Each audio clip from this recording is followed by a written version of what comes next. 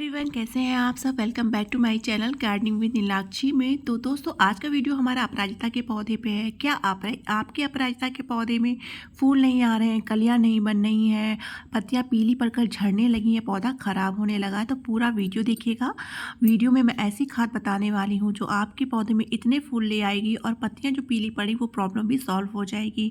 तो इस समय अपराजिता के पौधे में बहुत सारी आपको फलियाँ भी बनती हुई दिख रही होंगी। तो पूरा वीडियो देखिए, क्या करना है क्या नहीं करना है, पूरे टिप्स फॉलो करिएगा तो आपके अपराजिता में भी इतने सारे फूल आएंगे कि गिनते गिनते आप थक जाएंगे। राजता बहुत ही शुभ पौधा होता है। इसके फूल शिव भगवान को, विष्णु भगवान को, सभी देवी देवताओं को बहुत ज़्यादा प्रिय होते हैं। इसको लगाना भी बहुत ज़्यादा शुभ माना जाता है। इसका पूजन भी दशहरा वाले दिन किया जाता है। इसकी देखिए, मैंने टोपियारी बनाई, इसमें पहले वीडियो शेयर किया हुआ है कि इसकी टोपियारी भी आप वेस्ट मटेरियल से बना सकते हैं। दोस्तों, सर्दियाँ शुरू हो गई हैं, नवंबर का महीना चल रहा है। इस समय ज़्यादा ना गर्मी है ना सर्दी है, तो इस तरह के पौधे जो होते हैं, जो परमानेंट प्लांट होते हैं, हमारे डोरमेंसी में जाने लगते हैं, पत्तियाँ पीली पड़ने लगती हैं। तो इस समय इन्हें हल्के फुल्के फर्टिलाइज़र की ज़रूरत होती है। जैसे कि ऐसा फर्टिलाइज़र दिए जो ज़्यादा हार्ड ना हो और ऐसा फर्टिलाइज़र दिए जो इनकी ग्रोथ को बढ़ा सके। तो ऐसा ही एक फर्टिलाइज़र बहुत ही सस्ता जो कि आपके किचन में मौजूद है, वो आपको मैं बताने वाली हूँ। देना कैसे है वो भी मैं आपको बताऊँगी। ये मेरा अपराजिता का प्लांट है और अपराजिता के पौधे में अगर कलियाँ बननी बंद हो जाए तो सबसे पहला टिप्स फॉलो करना है आपको, इनकी कटिंग प्रूनिंग कर दी। जैसे कि ज़्यादा जब बेल बढ़ने लगती है, अगर वो ज़मीन में नहीं लगी तो उसकी कटिंग प्रूनिंग ज़रूर करिए।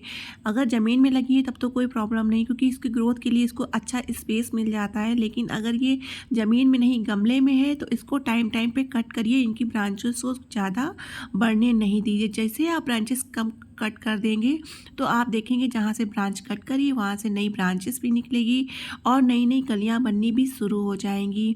तो इससे भी आपके पौधे में बहुत अच्छे से फूल आएंगे।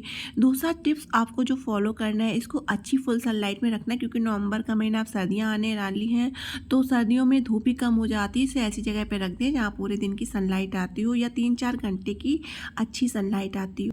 दोस्तों, ये मेरा अपराजिता का प्लांट आप देख सकते हैं कितनी ज़्यादा फ्लावरिंग हो। कुछ पौधे मेरे ज़मीन में भी लगे हैं, कुछ पॉट में भी लगे हैं, कुछ की मैंने टोपियारी भी बना के रखी है। तो कुछ काम भी है जो आपको अपराजिता में नहीं करने, जैसे कि आप अभी इसके सीड बिल्कुल ना ग्रो करें, क्योंकि वो ग्रो ही नहीं होंगे। इनकी कटिंग वगैरह आप बरसात में लगा सकते हैं। और अगला जो काम करना है, इनमें जो फूल निकल रहे हैं उन्हें टाइम टाइम पर तोड़ते रहना है, क्योंकि अगर आप तोड़ेंगे नहीं तो ये इस समय फलियों में बदल जाएंगे। इसमें बीज लगने की जो प्रोसेस है बहुत तेज़ हो गई है, नवंबर में हो जाती है, जिससे बहुत सारे जो फूल होते हैं बीजों में बदल जाते हैं। तो इनके फूलों को तोड़कर पूजा में चढ़ाते रहिए। इनमें फूल बिल्कुल भी रुकने मत दीजिए। और आप देखिए, फलियां भी बन गई होंगी तो उन फलियों को छोड़ दीजिए अगले साल बीजों के लिए। कुछ लोग कहते हैं कि हमारी फलियां ग्रो नहीं होती हैं, तो आप देखेंगे आप उन फलियों को तोड़ लेते हैं जिनमें बीज अच्छे से नहीं बन पाते हैं। जो छोटी छोटी फलियां होती हैं उन्हें तोड़ के हटा दीजिए। जो मोटी फली होती है जिसमें मोटे मोटे बीज आपको दिखाई दे, उन फलियों को छोड़ दीजिए। और जब तक वो सूख कर भूरी या ब्राउन ना हो जाए तब तक उन फलियों को तोड़े ना, तभी वो बीज अच्छे से ग्रो होते हैं। तो अपराजिता आप डोरमेंसी में जाने वाला है तो इनकी पत्तियां भी पीली पड़ेंगी, तो घबराने की जरूरत नहीं है।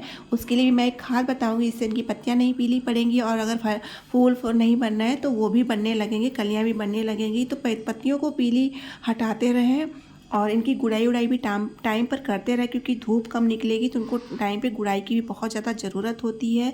और नर्सरी में अगर आप देखेंगे पौधे के बहुत ज़्यादा फूल देते हुए खिले खिलाए मिलेंगे, तो नर्सरी से भी इन पौधों को बिल्कुल लेके नहीं आना, क्योंकि वो बस कुछ ही दिन फ्लावरिंग करेंगी, फ्लावरिंग करना बंद कर देंगी। तो इस समय ये पौधा लाना बेकार है। तो नर्सरी से इस समय अपराजिता के पौधे आप बिल्कुल ना लेकर आएँ। इनकी पीली पत्तियों को तुरंत तोड़कर हटा दें, ये एनर्जी वेस्ट करती हैं, पौधे की ग्रोथ को बिल्कुल कम कर देती, फूल बनना कम कर देंगी। और अगर बीज भी बन रहे हैं तो उनकी भी ग्रोथ अच्छे से नहीं होने देंगी। तो पत्तियां जो पीली पड़ जाएं उन्हें तुरंत कट करके हटा दीजिए। और फूलों को भी टाइम टाइम पे हटाते रहना, छोड़ना नहीं। उतने ही फूल छोड़ने जितने आपको बीज चाहिए। बीजों को अगर आप छोड़ देंगे तो वो अगले साल के लिए तैयार हो जाएंगे। और बीजों को अगर सेफ रखना, जैसे कि अगर आपके बीज खराब हो जाते हैं, अगले साल तक टिकते नहीं हैं, ग्रो नहीं होते, तो उसके लिए मैं भी आइडिया बताने वाली हूँ। जब भी इनके बीज रखें तो बीज निकाल कर बिल्कुल भी ना रखें, वो फलियों सहित रखें। अच्छे से सुखा ले, धूप में या छाँव में भी सुखा सकते हैं। वैसे पेड़ पर ही लगे रहने, पेड़ पर लगे लगे ही इनके जो बीज होते हैं वो सूख जाते हैं। फिर आप इन्हें छाँव में थोड़े दिन रख के सुखाइए। फिर आप इन्हें हल्दी में मिला कर किसी एयर टाइट कंटेनर में रख के फ्रिज वगैरह में रख सकते हैं, आप ऐसे भी रख सकते हैं। इससे इनके बीज बिल्कुल अगले साल तक के लिए सुरक्षित रहते हैं और वो अच्छे से ग्रो भी हो जाते हैं। तो इस तरह से आप इनके बीजों को सुरक्षित रख सकते हैं। अब वाटरिंग की बात कर लेते हैं, तो इनमें पानी की नमी बनाए रखें, लेकिन सर्दियाँ आएंगी तो धूप कम निकलेगी, तो नमी जब ख़त्म हो जाए, जब मिट्टी ड्राई हो जाए, तभी इसको पानी दें। गुड़ाई करना बहुत ज़्यादा ज़रूरी होता है। अगर आपका पौधा जो है पुराना हो गया है, पिछले साल का है, तो उसकी रिपोर्टिंग भी फरवरी में करनी बहुत ज़्यादा ज़रूरी होती है। इस समय बस सर्दियों में इसकी गुड़ाई काफ़ी है। जब फरवरी आए तो इसकी कटिंग प्रूनिंग करके आप इसकी रिपोर्टिंग कर देंगे, तो आपका पुराना पौधा फिर से ग्रोथ कर जाएगा और फिर से फूल देने के लिए तैयार हो जाएगा। तो ये सारे टिप्स फॉलो करिए और इसको इस समय नवंबर में आप अपना एक होममेड फर्टिलाइज़र दीजिए, जो इसकी ग्रोथ को भी बढ़ाएगा, फूल को भी बढ़ाएगा। बहुत ही पावरफुल फर्टिलाइज़र है। इसमें कोई भी केमिकल फर्टिलाइज़र नहीं दीजिए, क्योंकि बहुत ही सॉफ्ट पौधा होता है और इसमें केमिकल फर्टिलाइज़र नुकसानदायक भी साबित हो सकते हैं। तो ये घरेलू खाद है, पुराने ज़माने की खाद है, जिसमें मैं एक चीज़ मिलाने वाली हूँ।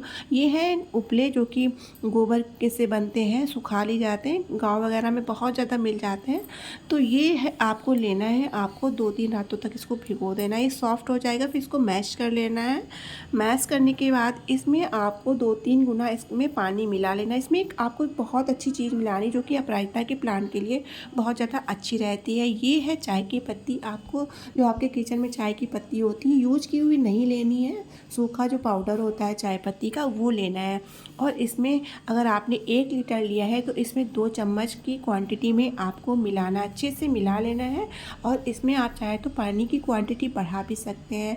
और इसको देना कैसे और कब देना, ये भी आपको मैं बता देती हूँ।